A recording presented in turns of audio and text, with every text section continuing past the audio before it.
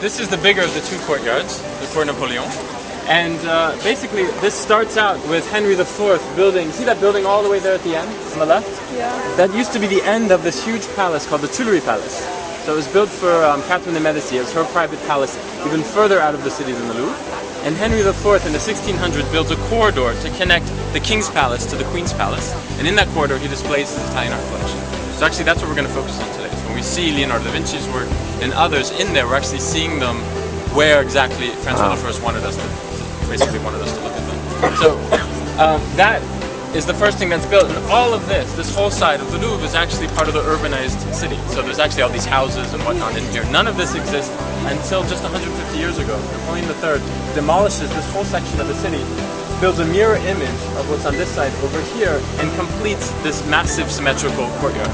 So it never used to look like this. It actually grew in many sort of haphazard phases, and it was just for that moment that it was that perfect courtyard. His palace, he was living the Tuileries Palace then, was burned down in 1871 when he was overthrown.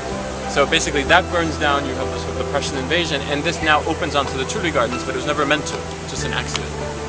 And of course the last thing and the biggest sort of object in the center of all this is the pyramid. So the pyramid from the 1980s, it's the American Chinese architect IMA. He basically, it's not just the pyramid is just a massive skylight over a huge renovation. So there's a huge underground section to the Louvre that he made. That's the main entrance, bringing light down into there. This used to be, until the 1980s, the Ministry of Finance. So it wasn't even part of the Louvre. So he made all of this part of the Louvre, interconnects all of this. They excavated underneath even that courtyard there. So actually the first thing we can see when we go down is the remnants of the medieval Louvre. So they found the remnants of the building that I showed you in the drawings, which makes it one of the oldest standing structures in the city. As old, in fact, older than most of Notre Dame. So although that's the main entrance, we're going to go in the side entrance because we're a group and we can sort of skip the line. But we're going to go down, get a reservation, and make our way. No, by then done. And then,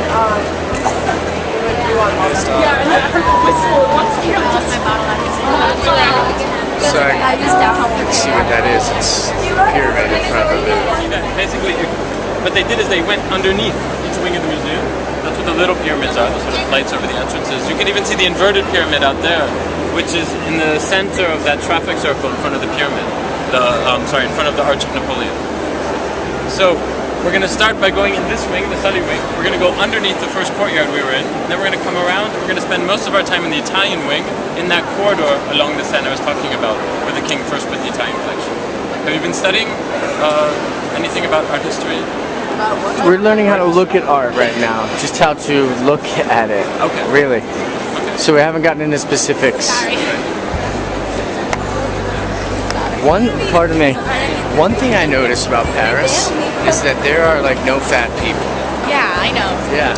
You know, Yeah, it's I everybody know. I saw is. like one, but then that was Yeah, it's probably a tourist. Yeah, probably. Yeah. It only becomes a palace in 1300, as I said before. So they demolished everything. First Francois I, then you have Henry II, then Louis XIV. And this is all that remains, is the area down here. What we're standing in is the moat. So this is the moat around it. You can see the drawbridge there, going onto that stone support. Great. That's what you have right there. Oh So wow. literally, what they did, and you can even see as we walk around, the way they built this was that they just carved the limestone on the front, and then they piled rubble behind it. So it wasn't much use to take it apart. It was better just to fill in the ground, build on top of it, and that's how it survived. So they didn't even know that this existed here in such good condition until 1980. Close the gates and protect the city. So this lowest level here was actually the dungeon. So you can imagine it's really cold, wet in here, and people who were put in here, there's stories that basically say that if you were thrown into the dungeon, within 2 weeks you'd die of disease, burned in water, pointed, just like what you would have seen in the basin of Saint-Chapelle.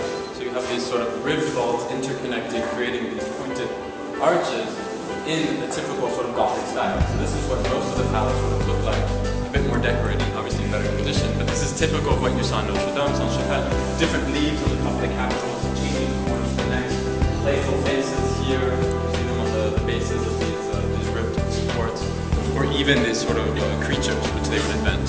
So it's not like Renaissance architecture, which you'll see when you go to Rome. Here, the leaves, for example, they're always different, and they're not always based on reality. So they would actually just make them up. Whereas, Renaissance architecture based on Greek order of columns. You have acanthus leaves, which are real leaves from real canvas.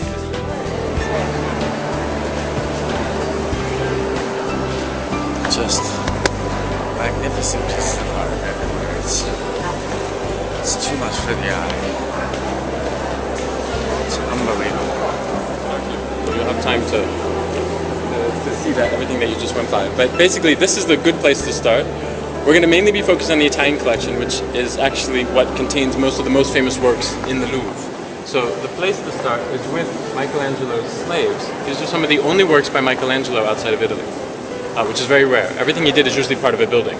So these, for example, were part of, or they're meant to be part of, the tomb of Julius II in Rome. So the famous Pope who commissioned him to paint the Sistine Chapel ceiling, who commissioned Raphael to do the Raphael rooms. He wanted this massive tomb. The popes were like pharaohs, like Egyptian pharaohs. As soon as they became pope, they commissioned their tomb. And they wanted it to be greater and bigger and more sort of impressive than any pope that came before them. So he wanted a 40-figure tomb, freestanding in St. Peter's with Moses in the center. And he asked Michelangelo to do this. Michelangelo is just a sculptor at this point in time. He's not interested in painting, being an architect, anything else, just sculpture.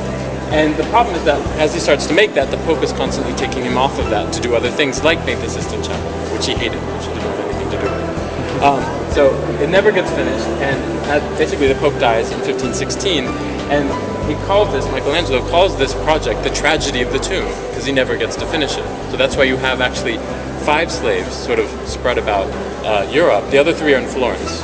So if you go to Florence and you see Michelangelo's David in the Accademia, as you're walking there, on the right, you're going to see the rest of the slaves. But what's interesting about these is not sort of that history of why they're made. What's interesting is how we can understand what the Renaissance is all about. So you're always hearing and talking about it, and you probably have a good sense of that. But specifically, the Renaissance will help us understand everything else that we're going to see today. And what happens is you have to think that Rome, sort of just in a sort of 3-minute summary of the Renaissance, in antiquity, you have Rome actually becoming the biggest city in many ways in the history of the world. You have an estimated 1.5 to 2 million people living in Rome. Can everybody hear me?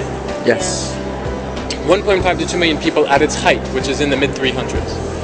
After that, you have Constantine moving the capital to Constantinople, what is today Istanbul, and the city's population will slowly start to diminish over the next 1,000 years. So that by the end of the Middle Ages, the early Renaissance, 1,000 years later, after Attila the Hun, the cutting off of the aqueducts and all of that, you have basically a city with just 15 to 20,000 people in it. So that's 1% of the population of the great city that was the largest in the world. The center, in many ways, it was this military center, but they had all of this art because they were copying it from ancient Greece. They conquered Greece in the 2nd century BC. They started copying all of this artwork, producing some unique pieces, but most of it was based on the Greek style. And all of that then, when you have that sort of 1% of the population 1,000 years later living in Rome, they're not living in the city, they're living above the city because the river floods every spring, leaves this thick layer of silt on the city. And normally when it's inhabited, people, the spring waters recede, you scoop out the dirt, the mud, nothing really changes. But during that 1,000 years, there's only 1% of the population is there, no one's there to do anything about it, and the level of the city literally rises up about 3 stories. So it buries most of the city. You have forests which are hundreds of years old, growing on top of the city in the Middle Ages, that nobody realizes is even underneath all of that. So in the center, of course, you have the columns sticking up from the great temples and all of that, which the Christians, the medieval Christians, would take apart and build the churches with. When you go to Rome and you see 2 green columns, 2 pink, 2 gray, that's all because they've basically taken it apart from other buildings, pagan buildings, chopped off the bottom of the columns, made them into Christian architecture. The sculptures, if they find them, they burn them. If you burn marble, it turns to dust. You can use that dust to make a really strong mortar to build the churches with. So all of antiquity is recycled into Christian Rome. Even when you see, for example, the facade of St. Peter's today, the biggest church in, obviously, all of the world, that facade is made from that half of the Colosseum that's missing. They literally reshaped ancient Rome, made it into that. When you see these big colored circles of marble on the floors of the churches, those are broken columns that they sliced and made floor tiles out of. So what changes at the end of the basically the Middle Ages, early Renaissance, is that you have this flourishing style, the sort of birth of the Renaissance in Tuscany. And why in Tuscany, in Florence and Siena and all of that? Because that's where all the money is.